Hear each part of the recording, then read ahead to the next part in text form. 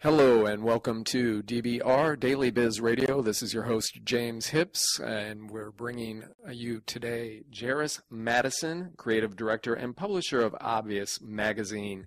And again, you're listening to DBR Daily Biz Radio, all business, all day from Main Street to Wall Street. And today's show is sponsored by knzbrokers.com, 5 business franchises under one platform.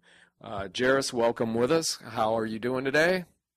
I'm great. How are you, James? I'm doing fantastic. You know, Jerris, it's been a while since we've talked, but it's always a pleasure to speak with you. And I'm curious, how are things going in the world of fashion photography and NUOVO Magazine? Fashion photography for me right now is going amazing. I'm very grateful, very blessed, especially during this economic crunch. But you know, I'm just very happy that I'm still relevant, so to speak, because you know, I've worked in between 2 markets, LA and New York, which are very competitive markets, and to be able to still pique the interest of creative people or clients that want to book me for shoots, it definitely means a lot. Now I have to ask, and this is kind of maybe a hard-hitting question. I'm gonna hit you a little low, maybe. I don't know, but you've taken NUOVO Magazine, which was an online publication, and you've continued with your online edition, but you've also started in the print. Is that correct? Yes and no. We're working on the print. We attempted to do print over the summer, and then something happened that was totally out of our control, so we actually had to put it on hold. But we are still in the process of working on the print issue, and soon, very, very soon. And we wanted to make sure that once we got it in hand, we just let everybody know that, hey, it's here. And we didn't want to really get into a lot of the distribution, which anybody that's an independent publisher knows that it can be a little hard, especially if you don't have the numbers as a mega magazine that's, you know, magazines that are currently out.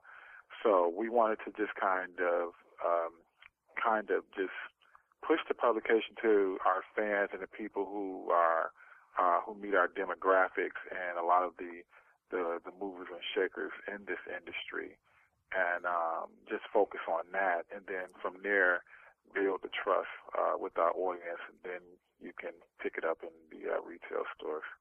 Okay, and you know, but from a business standpoint, I'm going to ask, you know, do you think that it's a wise move to move into print in a day and age when so many people are moving away from print? That's a very good question.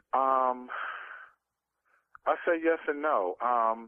For me, when we first started NUOVO, I actually started NUOVO 4 years ago, but as far as it being an official publication, it's more 3 years, because it took me a year to really focus on the concept with the publication, and then we've been out for 3 years, and for me, I felt it was a very wise decision to come out digital at first, because even when we came out digital 3 years ago, people were like, "Ooh, digital," you know. And then now it's just in a matter of a year and a half, 2 years, everything is pretty much digital. Everybody has either an iPad app or some kind of digital platform. And to go back to your question, when I said yes or no, you have to really love what you do as far as this business is concerned. And there are people who are like me who still like to have that print in your hand. And so we wanted to just kind of tap in that for the people who still wanted to have that print in their hands, and still cater to the people who still wanted to, who are still and passionate about just having it digital. So it's kind of a yes or no thing.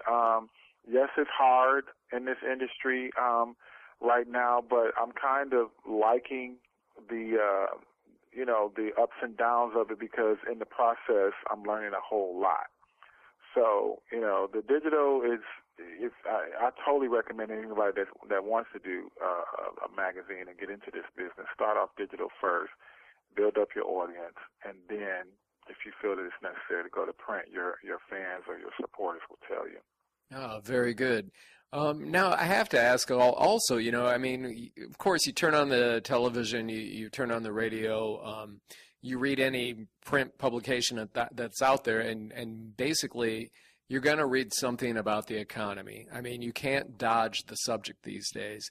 Now, how do you feel the economy has affected the fashion industry? I mean, have you seen a drive towards, people just not having the discretionary income to even worry about fashion?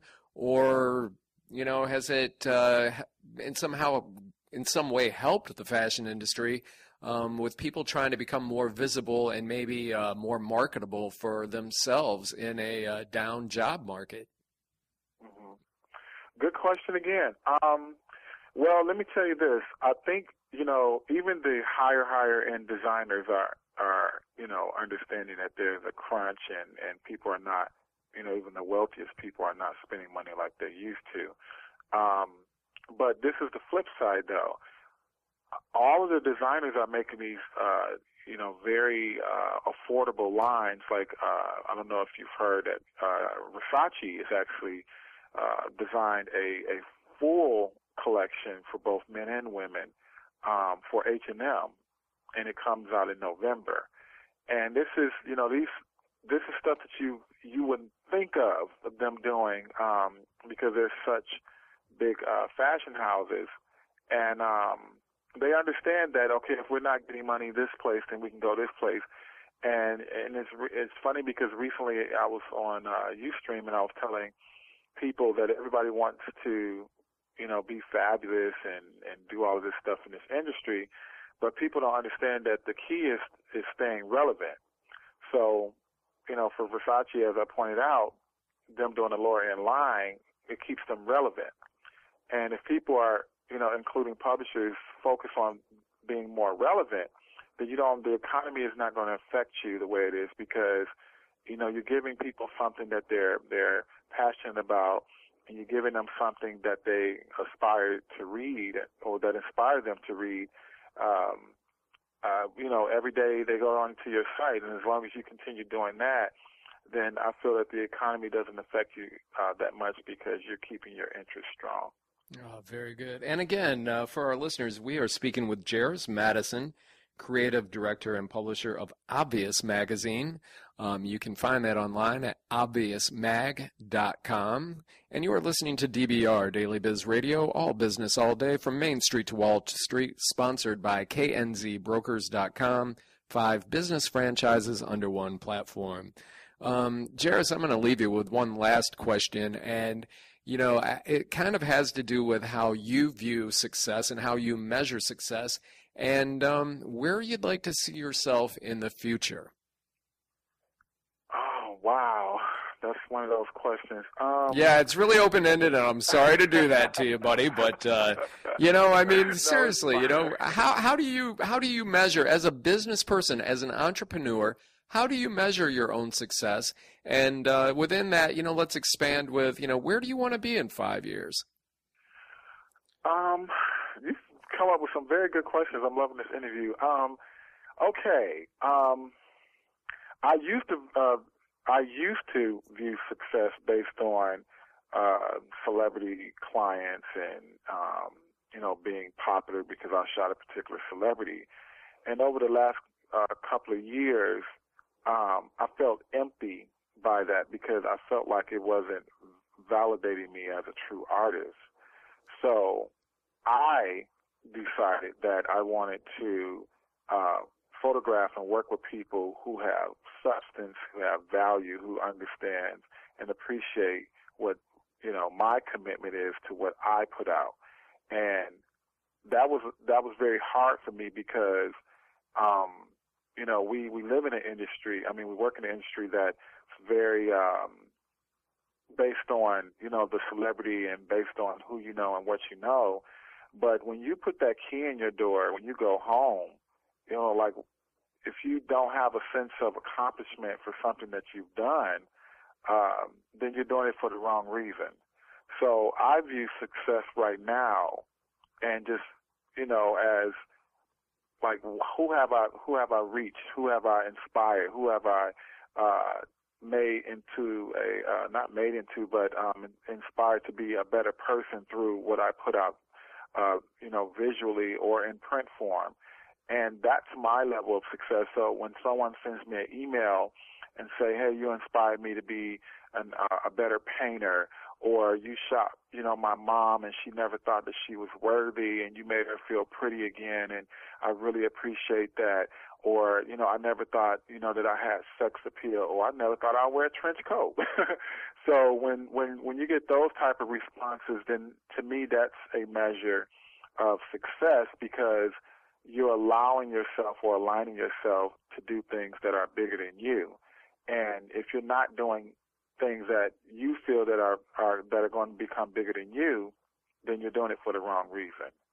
So I constantly pray for, you know, just two things, for God to continue to give me my good health and sanity, because no matter how much fame you get or how much money you have in the bank, if you don't have your health and your sanity, it's not going to mean anything.